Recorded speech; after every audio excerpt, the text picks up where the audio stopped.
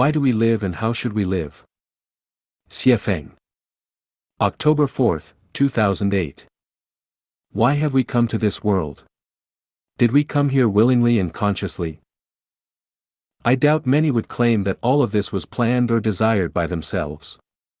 So, what force is manipulating our destiny? Who arranged for us to come into this world? On the surface, it seems our parents brought us into this world. Regardless of our willingness, the man and woman we call our parents did not consult us, did not seek our consent, and forcibly brought us into this world. They placed us into the roles of children, siblings, and members of a nation and family, binding us to these roles for life, rarely finding a way to escape until we leave this world. It would have been better not to come into this world, where we spend our lives worrying about our own and our loved ones' daily needs and life's inevitable struggles. What have we truly achieved?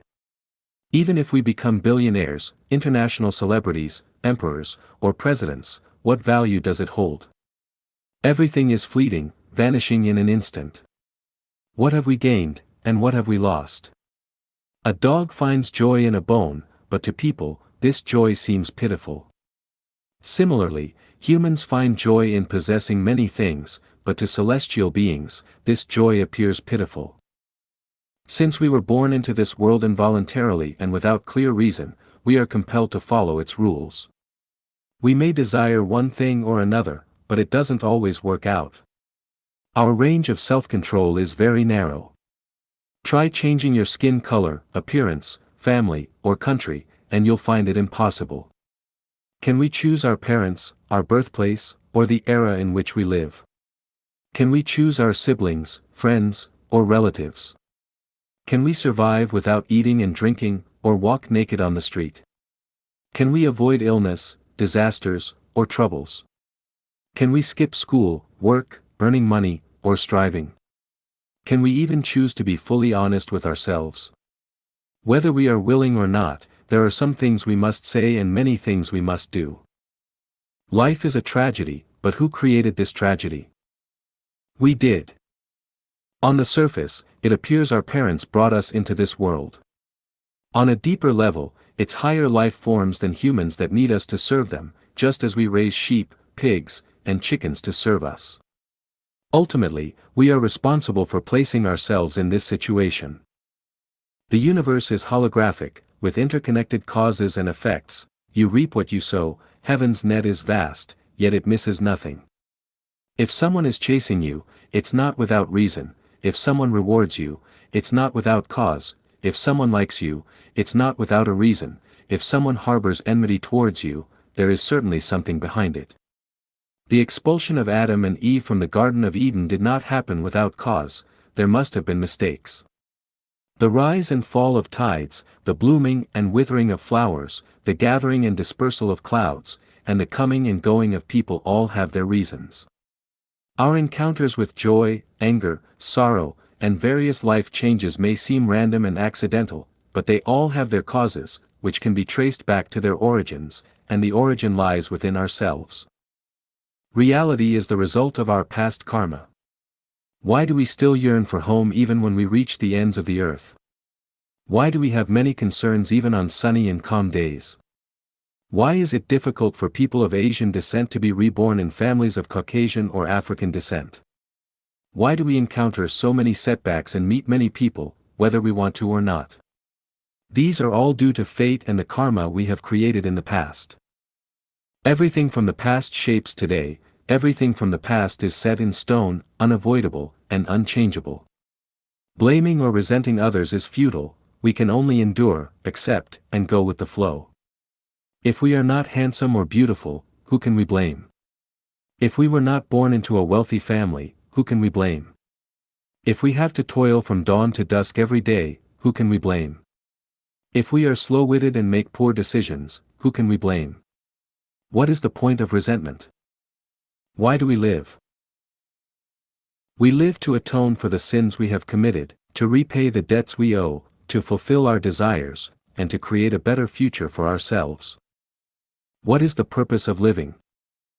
For those who are not enlightened, life is just life. What else can it be? If I raise a pig and pen it in, that pig can only live within the pen, can it refuse to live? Even if it escapes the pen, where can it go?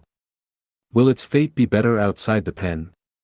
If I plant corn, the corn can only grow and bear fruit for me, can the corn refuse to grow or bear fruit? If you are a monk, you have to toll the bell daily, can you not ring it? If I hire a worker and give them a job, they can only do as I require, can they refuse? Why think so much? Just live. Herding sheep is to make money, making money is to get married, getting married is to have children, having children is to herd sheep, it's an endless cycle. What else can you do? Since the birth of Lifechanyuan, the final course for this generation of humanity, if people have been reluctant to read, listen, or be guided, then they will continue the cycle and reincarnate. What else can you do? Where else can you run? Can you escape the boundaries of heaven and earth? Can you escape the program of this world? Without Xiefeng's guidance, few can escape. However, for those who are enlightened, life is about pursuing happiness, joy, freedom, and fulfillment. It is about striving to escape the constraints of the inevitable kingdom and move toward the kingdom of freedom. How should we live? The Prophet Muhammad said it well, without the power of authority, it is difficult to escape the boundaries of heaven and earth. To transcend the three realms and not be confined by the five elements, if we want to escape the constraints of this world and live according to our desires, to live freely, joyfully, and happily, there is only one path now, to live according to the values of Lifechanyuan. Xiefeng is the messenger of the greatest creator, the incarnation of Jesus, Sakyamuni, Muhammad, and Laozi.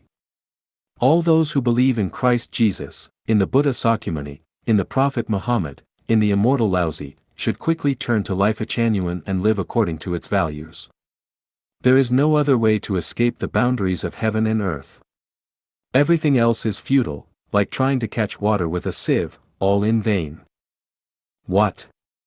Xiefeng is talking nonsense. Fine. Then live according to your own choices and see where it leads you. What? You don't want Xiefeng's guidance? Humph. I don't want to guide you either, who do you think you are? How should we live? Revere the greatest creator, revere life, and revere nature, and follow the way of the greatest creator.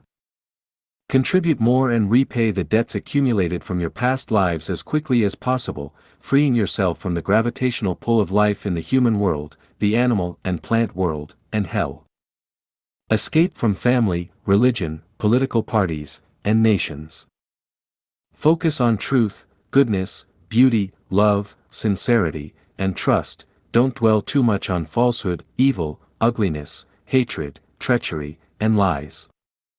Increase the frequency of your thinking, strive to bring order to your consciousness, perfect the non-material structure of your life, and work to embed the scenes of the 1,000-year world, the 10,000-year world, and the celestial islands continent of the Elysium world into your consciousness. Create conditions to master the 8 major secrets of life as soon as possible. Praise more, criticize less, avoid meddling in others' affairs, and don't delve too much into mystical methods, mystical arts.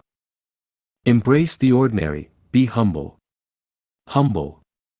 Humble again, strive to return to zero, let go. Let go. Let go again. Enter the 4th or 5th level of meditation as soon as possible and master the 64 divine powers and transformations.